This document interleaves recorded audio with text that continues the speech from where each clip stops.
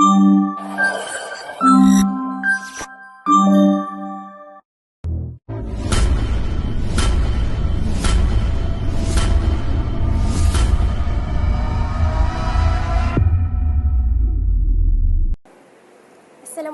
warahmatullahi wabarakatuh dan salam sejahtera. Saya Nur Hazika Azram binti Hamdi selaku pengacara anda pada hari ini. Pada hari ini, Sekolah Menengah Kebangsaan Perempuan Sultan Ibrahim sedang mengadakan program aspirasi kecemerlangan dan Majlis Penetapan Target SPM 2026. Tanpa melengahkan masa, mari kita saksikan. Ya Allah, ya Fa'alu Mayuri.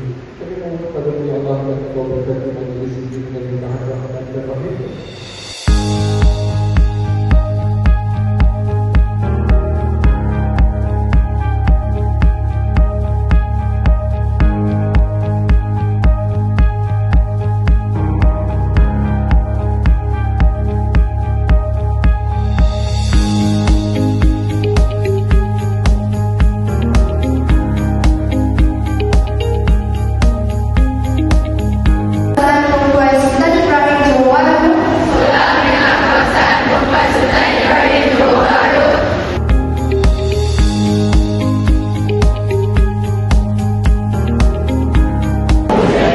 Belajar berpengetahuan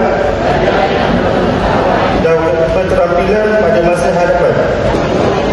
Kami mengucapkan peningkatan akademik serta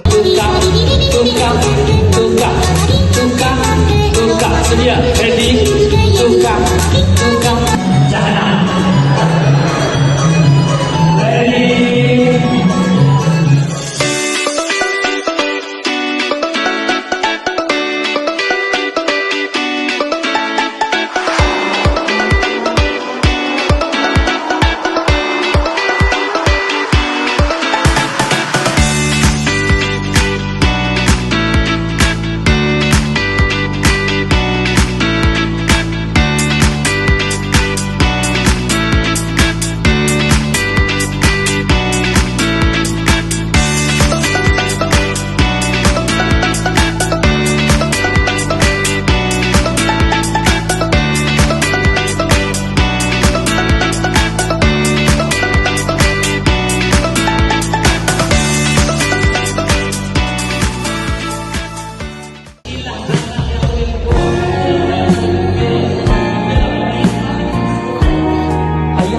Kau jadi macam ni, ayah nak kau ambil subjek ni, ayah nak kau masuk universiti ni, ayah nak kau kerja begini.